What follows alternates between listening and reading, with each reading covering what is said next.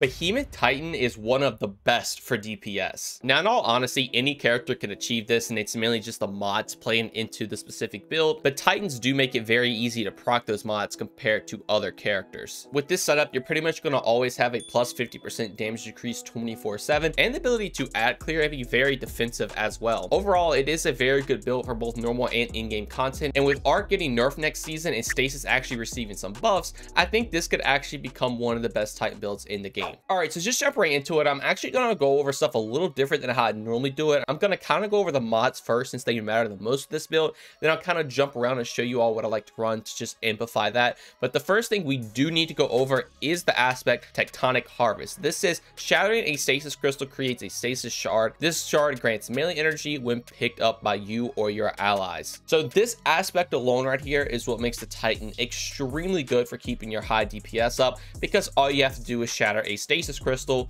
to actually spawn a shard. Now, those stasis shards not only are going to give you melee energy, they're also going to play into our mods like elemental shards. So stasis shards count as a stasis elemental well. So this means now when you pick up those stasis shards, you're going to have the benefits of an elemental well. That mainly is going to play into things like elemental charge right here. So when we pick up a elemental well that matches a subclass type, we're going to receive 2 stacks of Charger Light. If you do pick up another well, you will get 1 stack. So if your teammates are playing different subclasses making wells, you can also pick theirs up as well, and you will get the stacks of Charger Light. But just know, picking up a Stasis Shard will give you 2 stacks, which is going to play heavily into some of our other mods like High Energy Fire. So while Charger Light, you gain a bonus to weapon damage. So this means you're getting more damage just by picking up that Stasis Shard, because you are becoming Charger Light with the Stasis Shard itself.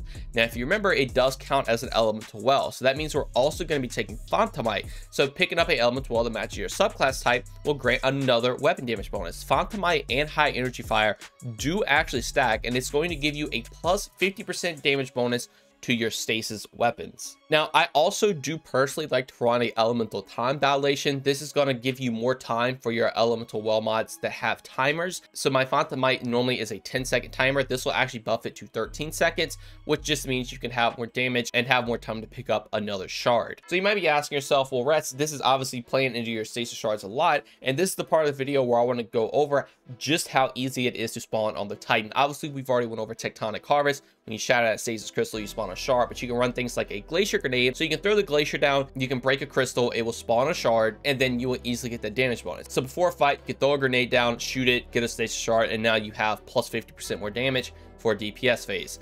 Now, I also personally like to run hoarfrost-z. This is one of my favorite exotics on the Titan. It has the exotic perk Glacial Fortification. When using the Stasis subclass, your barricade becomes a wall of stasis crystals that slows nearby targets when created. Standing behind this barricade will grant you and your allies increased weapon reload speed, stability, and range. So this basically acts as a rally barricade, but on top of that, you also are going to be spawning stasis crystals. So when you get into a damage phase, you can pop this down, shoot a crystal, you get that stasis shard, and now you're getting 50% more damage and all the other benefits of a rally barricade, which is extremely nice. If you don't want to run hoarfrost-z, taking Heart of Endless Light is also going to be very good to get some of your abilities back, but I honestly really like this exotic and it plays really well into this build. Now, for stat distribution, I definitely go with 100 resilience, 100 discipline, because you want to have that glacier grenade up as much as possible to make shards for yourself. Also, it's very good for ad clearing, and 100 resilience is obviously just very good for surviving. I would throw the rest in recovery if you can, just so you can get your health back a little bit faster. Now, for my other aspect, I'm actually going to be running Dominant Lance, mainly because I get 3 fragment slots, but honestly, Dominant Lance isn't terrible. Whenever you get a stasis ability kill or a shatter kill, anything like that, you will spawn on a Dominant Lance that can easily freeze enemies or take out a group of enemies with this slam. It's honestly pretty good for ad clear, but you do also get the ability to have 3 fragment slots, which helps heavily with this build. So fragments, Whisper Fissure, so it's going to increase the damage of size of the burst of stasis when you destroy a stasis crystal or defeat a frozen target. This is going to make the ad clear very, very strong for this build. You can shoot your grenades to kill them, you can shoot your ice wall to kill them, you can literally use your class ability offensively with this build, and also some other stuff I'll get into a second. Now, Whisper of Refraction, so defeating slow to frozen targets grants you class ability energy. So since your class ability literally freezes people, your grenades are going to freeze people. You're always going to be killing frozen targets, which means you can get that class ability back up, which means you can freeze more people, and you will also keep making those shards 24/7 to keep that damage buff up. Now, Whisper of Shards, so shattering a stasis crystal temporarily boosts your grenade recharge rate. Shattering additional stasis crystals increases the duration of the benefit. Since you're making crystals everywhere, you can just shoot these crystals. You're going to always have this proc 24/7, and this is going to stack with your Hunter Discipline to get even faster grenade cooldown rate. Now, Whisper of Chains, so while near frozen targets or a friendly stasis crystal, you take reduced damage from targets. This is going to be very good for survivability of this build. This helps with in-game content a lot. When you pop your class ability down now, not only are you getting your damage bonus from the shard, you're getting all the benefits from a rally barricade, but you're now also getting damage reduction, so you can actually sit there and do a lot more damage without you dying. You can throw a grenade down if you're in a sticky situation, or you could just use your barricade defensively. You have so many different ways to make walls with this build, and you can pretty much have an infinite uptime in all of them, and you just become very tanky. Now, Whisper of Rending is the last one I'm taking. So kinetic weapon damage to increase damage to stasis crystals and frozen targets. This one is huge because this is what's going to allow you to one-shot the crystal, which just makes the flow of the build so much easier. And the weapon I would highly recommend running with this, if you can get it, is a weapon with headstone. I personally love the IS Luna with this build.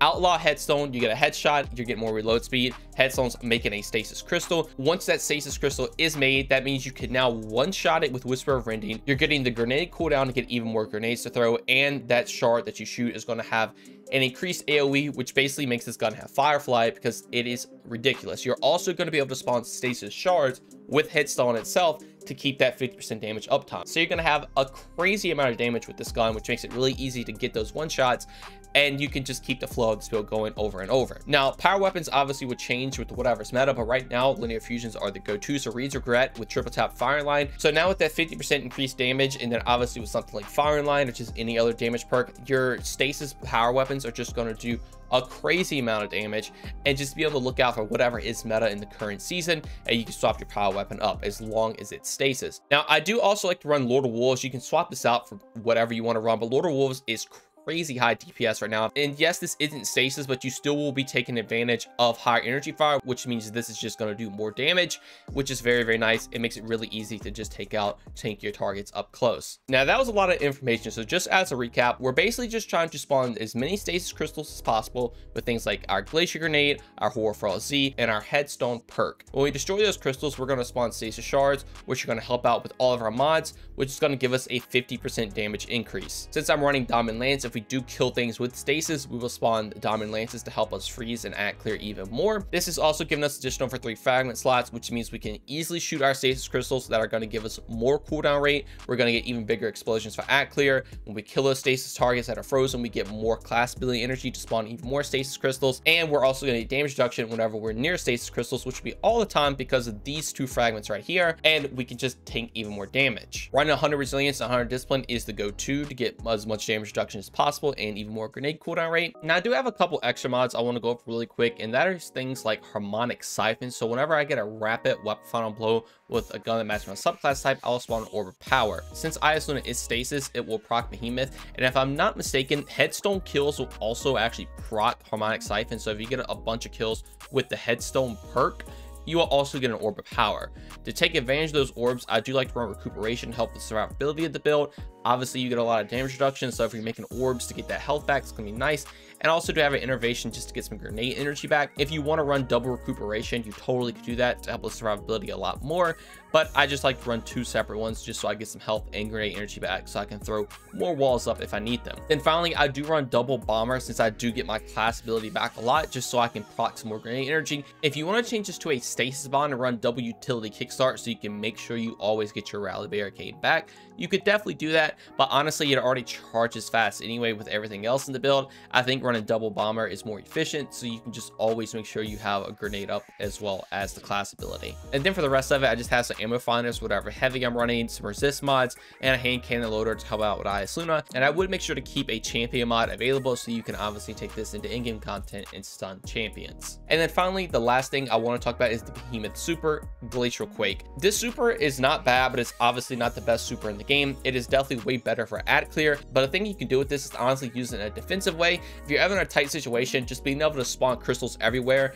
this is not only going to just prevent enemies from shooting you or walking through it, you're going to freeze them, you're going to have walls up to take cover, and you're going to even be getting that resist when you're near those crystals. And this super can spawn so many crystals, so if you're ever in a sticky situation, just pop it and throw crystals everywhere. It's a great defense super, and it's also very good if you do need to clear a lot of enemies, because you can just freeze and shatter everything. I know there are some ways you can kind of use this with bubbles to make all the crystals shatter on one target, which can be very good for damage. And if you're confident with setting that up or have somebody that wants to do a strat like that, definitely go for it. But I would definitely recommend just using this defensively, or if you need to clear a lot. But that is pretty much the build. This is going to allow you to get some of the highest DPS on any raid team, because it's just super easy to keep everything up. And what's also cool is you can kind of play this supportively, because if your teammates are also running the same exact build, they can take advantage of this, and this will allow them to run other stuff, but they can pick up that Stasis shard and they can get that damage buff as well. Don't just think this is a DPS build as well, because being able just to explode crystals all the time and being able to just blow everything up is also very strong. Plus you also have an insane amount of damage resistance. You can just make walls on demand to block damage. It's very fun. I definitely think this will be one of the best builds in the game come season 19, and I would highly recommend you all give it a try. If you want to, I will have a dim link to this in the description below. And if you guys did enjoy and want to see more content just like this, consider subscribing, drop a like, and turn those notifications on. Also, if you'd like to join my Discord or follow me on any of my socials, all that will be linked in the description as well. But just know watching this video is way more than enough, and that every single bit of support from y'all is truly appreciated. Thank you all so much for watching this one, and have a great day. Peace.